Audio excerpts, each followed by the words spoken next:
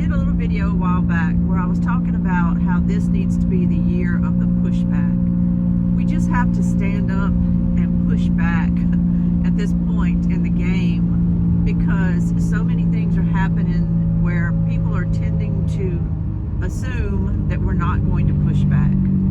They're tending to assume that we're just all going to roll over and let some agendas take us over and things like that. And I said, no, not this year. This seemed to me to be the year where I kept having the vision of my grandkids in my eyes. Am I just going to keep staying in a little bubble and not speaking up and not saying what I want to say, and just letting other people assume what I'm going to do and what I'm going to think and how I'm going to vote and what I'm going to do? And I was like, no, this is the year I want to push back. This is the year. And so I've been doing a lot to that end, but I'm bad about following up and letting you know sometimes what I'm doing. I had kind of challenged myself at the beginning of March to do a lot of things to secure my property and my home and even my body. And I haven't followed up to tell you what I've been doing, but I have been doing a lot. But this morning, I'm going to vote. Today's March 23rd. I guess they call it primaries or whatever in Louisiana. And I'm going to vote. My husband does the mail-in voting because it is such a struggle for him to go stand in a line in a voting booth, especially during presidential election type situations where there's lots of crowds. He just can't do it. So we did sign him up for the mail-in ballot. So it came in already. He's already sent that in, but I have to go in person this morning. And he was watching an Easter movie, so I'm getting to go by myself. So to me, this is like a little vacation. And my voting poll is way out in the country. We live kind of rural, and my voting poll is even more rural. So I'm heading that way this morning, but I love it. I love having a little rural voting booth. I love the people that show up of all spectrums, and everybody's so kind and nice. Everybody, I just love going to vote. I love it. And I'm pulling my lever today for President Trump in our primaries. You better believe it. You better believe it. I'm fixing to pull in right now and vote, and then I'll come back out and I'll talk to you a little bit more about things on my mind and what I've got on my agenda today, what I'm fixing to do today. Well, I'm done with that. That was short and sweet. I thought there was some other kind of little measure on there that was on Richard's paper ballot, but there wasn't. It was just the presidential. So I'm on my way back home, and today I made another list. I've got list about list. But what happens is I make a huge list that may encompass what I want to do the whole month. But then you realize to complete some of those tasks that you have to get certain things done before you can complete some things on your list. There's always something that you have to do before you can finish something. And so today is what I'm doing. I'm getting some of my chicken wire and netting up because planting my plants and getting my seedlings in the ground over the next week or so is priority for me. But I still have the squirrel issue going on, so I'm putting up the chicken wire and stuff. I was waiting on some supplies to come in from Home Depot, and they got here, and so yesterday I started doing that. I kind of have different fronts I'm fighting because I'm also trying to finish up that limestone cleanup area there in my back patio. If my family comes up for Easter next week, I would just love to have that back porch usable. So one day this week I do want to work on the railing, and if I could just get the rocks where I want them, and it shouldn't be that hard. I got a lot done yesterday. It's just a matter of I don't really want to give it 2 whole days and while my seedlings are sitting there, and I can't put the seedlings out until the chicken wire and everything, the posts are in the ground, and I've got that all figured out. So it's a chicken or the egg type situation. It always is. So what I've been just trying to do is hit a little something every day, and then I've also been trying to kind of get other things done that are in the peripheral of my On the March challenge items.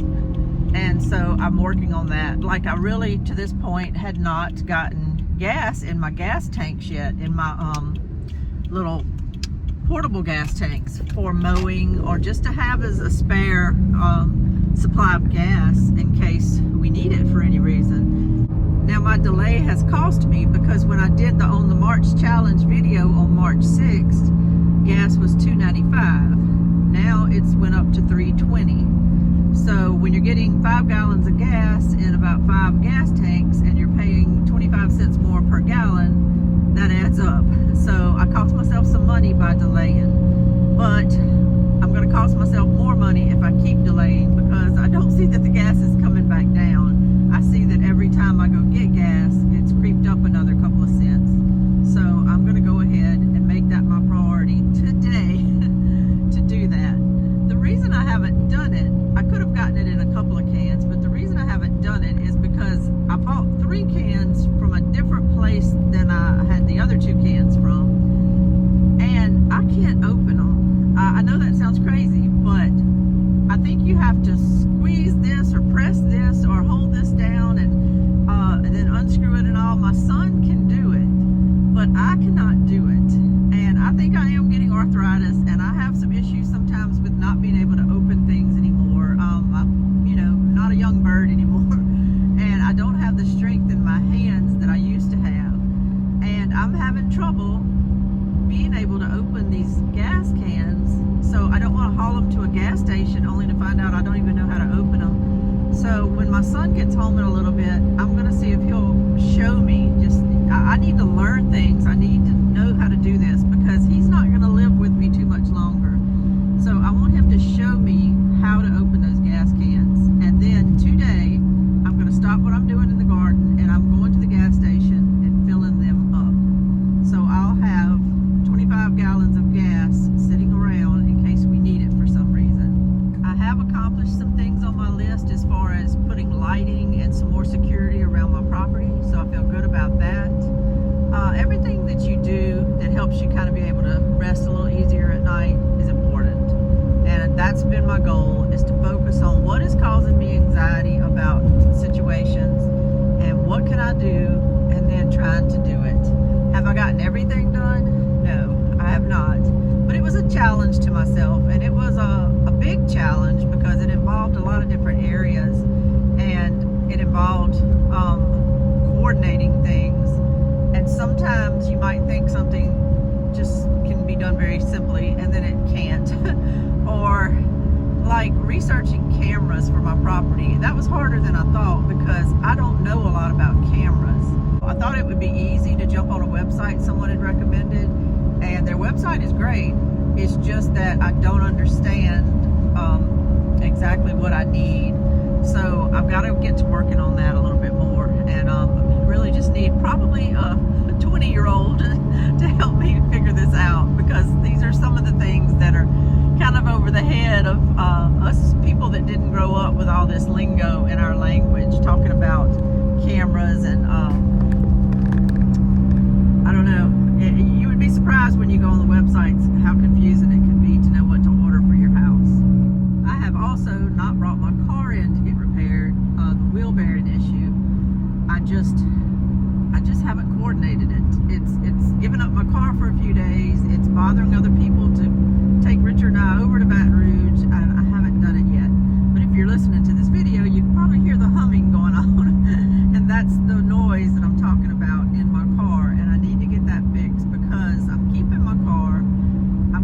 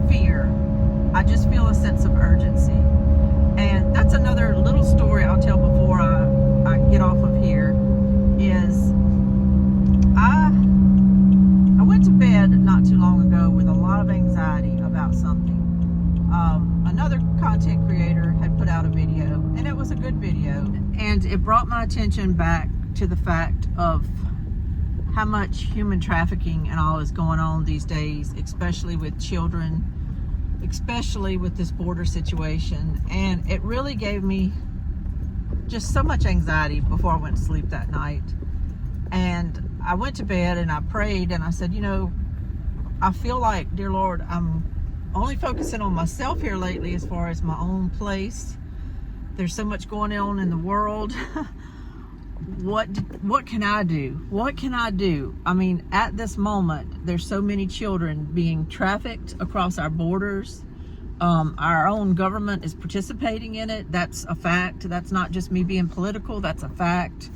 Department of Homeland Security whistleblowers, I'm sorry, I'm backing up as I'm talking. And Department of Homeland Security whistleblowers have come forward and said, we don't know where these kids are going. We are sending 40 and 50 kids to the same address for different places, and these are just houses that these kids are being sent to. The cartels are kind of giving children phone numbers to give to the Border Patrol when they're picked up. They give the Border Patrol the phone number. The Border Patrol calls the phone number and asks the people, do they know this child? The people, of course, say, yes, we do. And then the child is put on a plane and sent to that address in whatever part of the country in America it is. This is being facilitated with no DNA testing, with no background checks. All of this was mandated before under President Trump. And yes, it might have been creating somewhat of a little backlog at the border, but they were desperately trying to not send these kids off with traffickers. All that has been suspended now. They don't do background checks on the people that come to pick up the children at the border. They don't do background checks on where they're sending the children. This is all from the Department of Homeland Security whistleblower testimonies before Congress, but nothing has changed. You can go testify before Congress and say anything you want about things that are actually going on, and no action is being taken. No action is being taken to protect these children. There's no DNA testing, and they're being turned over to the hands of people who aren't related to them in any way, shape, or form. And then, not only that, they're being forgotten about after that. They're not being tracked. The last official statistic from the United States government was that they could not account for 85,000 children that have come across the border. They're just gone into the world, into the country. They're just gone. That was months ago. It has to be over 100,000 people probably now that they can't account for. Now they've put them on a plane with a ticket and they've sent them somewhere, and then they don't check on them after that, and they don't know where they're at. And they're either involved in sex trafficking at this point, or they're putting them to work in factories and all, which has happened because they've had factories that they found children working in. They've had McDonald's places that they found that children are working underage in from out of the country. So I went to bed one night with a lot of anxiety about that because that just breaks my heart, and I feel like there should be more I could do. I've emailed congressmen about things like this. I've said things about it on my videos, but I went to bed that night just praying, you know, Lord, let me know if there's something I need to be doing specifically. You know, I don't know what, but I'm just saying my mobility right now to be able to go and do or protest or do things is so limited, and sometimes that causes me a lot of anxiety because I'm kind of locked into my life right now, and I have to do the things I have to do. I don't have a lot of mobility. But the next morning, he answered my prayer and just said, don't let all this take you on an emotional roller coaster. I guess he's got it. He's got other people handling it. And he told me, you just take care of your place. You take care of your family and your place and prepare. And I intuitively kind of just took that to mean this list you've made, these things you're doing, focus on that. And I kind of had a cloud lift off of me after he said that. Yes, I worry daily about what is happening to these children. I really do. But I also know that there's lots of people in this world, and we all have different callings. And if you pray and ask God to give you your calling, He will give you your calling. My calling at this point in my life is simply to take care of my family. I'm a full-time caregiver. I don't like to use that word caregiver all the time, because I feel like it makes you not feel like a wife or a mother and all anymore. You're a caregiver, which seems like a job description. But that's what I am. I can't deny that. That's what I am. My freedom of movement is so limited right now. If He wants me to do anything as far as on the phone or doing anything more proactively like that, I will do anything I feel like He's leading me to do. All I really have right now that is outside of my spectrum of my 2 acres that I manage and my family that I try to help and take care of is this platform right here, this platform of YouTube. So I'm expressing right now my thoughts about it all into the world through this platform. If you feel there's something that you can do in your area to be someone who brings awareness to the situation that's going on, if you feel there's something you can do to help the situation, or contribute to organizations that are boots on the ground, then please do it. Because it's one more thing that our government is not going to take care of. All of these people that were screaming and hollering and going to the border and making their little videos and their TikToks and everything to tell the world how bad they thought President Trump was, they are silent now. They are silent as our government has lost 100,000 children into the country. They are silent. So guess what? They didn't really care. They didn't really care. Our government is not going to step in and help even one child to make sure that child right now is ending up with people who are actually kin to them and who care about them. They're not doing DNA testing. They're not doing background checks.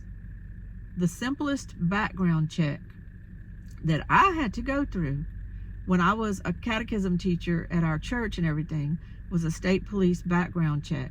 Those were mandatory under President Trump before they would hand a child over to an adult that was trying to claim them at a border camp. They had to go through the simplest type of check, which is a state police background check, are not being done anymore. And I'm not talking about, well, they can't really do them because these people coming across the border can't be vetted. That's not what I'm talking about. They're not doing the checks on the Americans at these addresses who are taking in 40 and 50 and 60 children to the same address to send them God knows where to do God knows what. They could be background checked. They have driver's licenses. They have addresses here in America. They have a home, and they can be checked, and they're not checking them. So if there's anything that you can do where you live to ask your sheriffs, your people, what are they doing to help this situation? Maybe this video will help. Maybe this video will help bring some awareness to it. I hope so. When I go to vote, like I did just now, it's serious. It's a serious thing to do, to vote. To vote in any way, shape, or form. But in this presidential year, it is crucial. Do I trust the system? No, I do not. I was awake and I was watching what happened that night of that election. And I'm not going to be gaslighted and told that I'm crazy. It was terrible what happened in that last election. So do I think this election is going to go squeaky clean? No. But I've got to vote. I've got to vote. And we've got to stay strong. And we've got to keep people in office who maybe just give a crap. Maybe that's the lowest bar we can set for who we vote for these days is, do you even give a crap? Are you bought off? Just find out. Find out who you're voting for and who's paying them money if you can. That can be done from your internet, from your house, usually. Find out whether they're bought off, whether they're paid for, whether they've made commitments to this New World Order and the WEF and all, because if they've made commitments to them, they don't work for you anymore. They're working to please the people above them who are giving them their marching orders.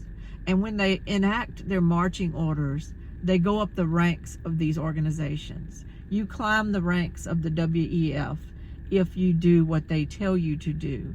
It has nothing to do with doing what your constituents want you to do. You do what you have to do to get elected, and then you work for them. If you feel like the people in your area work for them, do more research on them. Expose it. Bring them out of office. Put someone else in there if possible. If you feel there's election interference going on in your area, try to do something about it. I don't feel that it's happening in my area. I do feel like we have really good polling places with really good people working at them. Republicans and Democrats, black and white. When I go in there, I feel like I have people that are committed to making sure you are allowed to vote, and you're not going to vote if you're not crossing every T and dotting every I. I've seen them kick people out of there and tell them you need to go check this or that out, and then come back later with a different form that's letting us know you can vote. And I've seen them not let people vote. And so I think we're doing a pretty good job in our parish. However, the state of Louisiana uses Dominion voting machines. So do I trust those? No. So in the end, I don't know how our elections really are. I don't know if they're correct, if they're accurate. But I'm doing the best I can do. I think everybody needs to try to do the best they can do to do what you can do where you can do it. And right now, I'm taking care of securing my property and my place and my food supply. That's another thing that I forgot to mention is Monday morning, I'm going to pick up another Azure drop. I'm getting buckets with gamma lids, something I should have done a long time ago. I'm getting things in 25-pound bags this time, not just 5-pound and 10-pound bags. And I'm really trying to put a lot back because I see prices rising. I see the things in the grocery store just more and more processed, and I'm just getting to where I don't want to keep feeding my body that. As I get older, it's harder to process things. It's harder for, I think, my body to just deal with all those chemicals. So I'm trying little by little to weed some of that out, and I'm having success. But I'm picking up Azure Monday. That just makes me feel like I'm being proactive. But as I'm doing all that to take care of my property, my security, my food supply, and everything, I'm also kind of just looking into things that I can control and trying to see how things are around. We've had some good elections here in our parish, and I'm happy with the way things are going here. But if you're not, get involved wherever you live. But also, I just wanted to use my platform that I have today to just speak my mind, to just be honest with you and speak my mind and tell you some things going on with my mind. And I'm hoping that might inspire people to, kind of get involved wherever you live, if it's what you feel God's calling you to do, and do pray about it. Don't let anything I'm saying influence what you do. Pray about it. Pray about it and see where God's leading you, and if he even wants you involved right now. It may be that you are supposed to just take care of your family and your house, and that is the most important work you can do, taking care of your family and your house.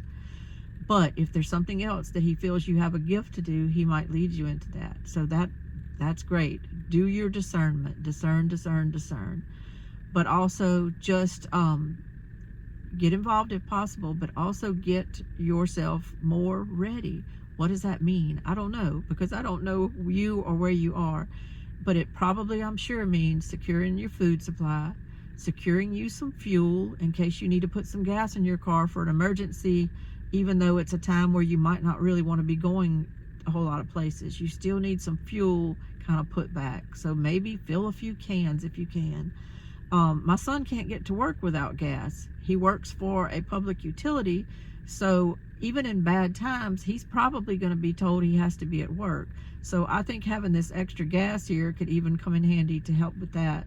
So I'm doing whatever I can do, but also just securing your property, and as I said before, building community. building community any way you can. And those were things that were on my list as well for my On the March challenge. And I'm happy to say I've been working on things like that, and I'm coming along. I'm making some progress. And I've even been doing some little genealogy work at night, because just chasing my family tree, because I just feel like I'm home where I've moved up here. I feel like I'm back where I belong. And I have found out that even some of my neighbors are actually kin to me. So we have that in common now. They're not just my neighbors. They're not just part of my community that lives near me. They're actually kin to me. And so we have that in common. But I wouldn't have known that had I not been putting in the effort to figure out my genealogy in this area. And it's made me feel even more connected now.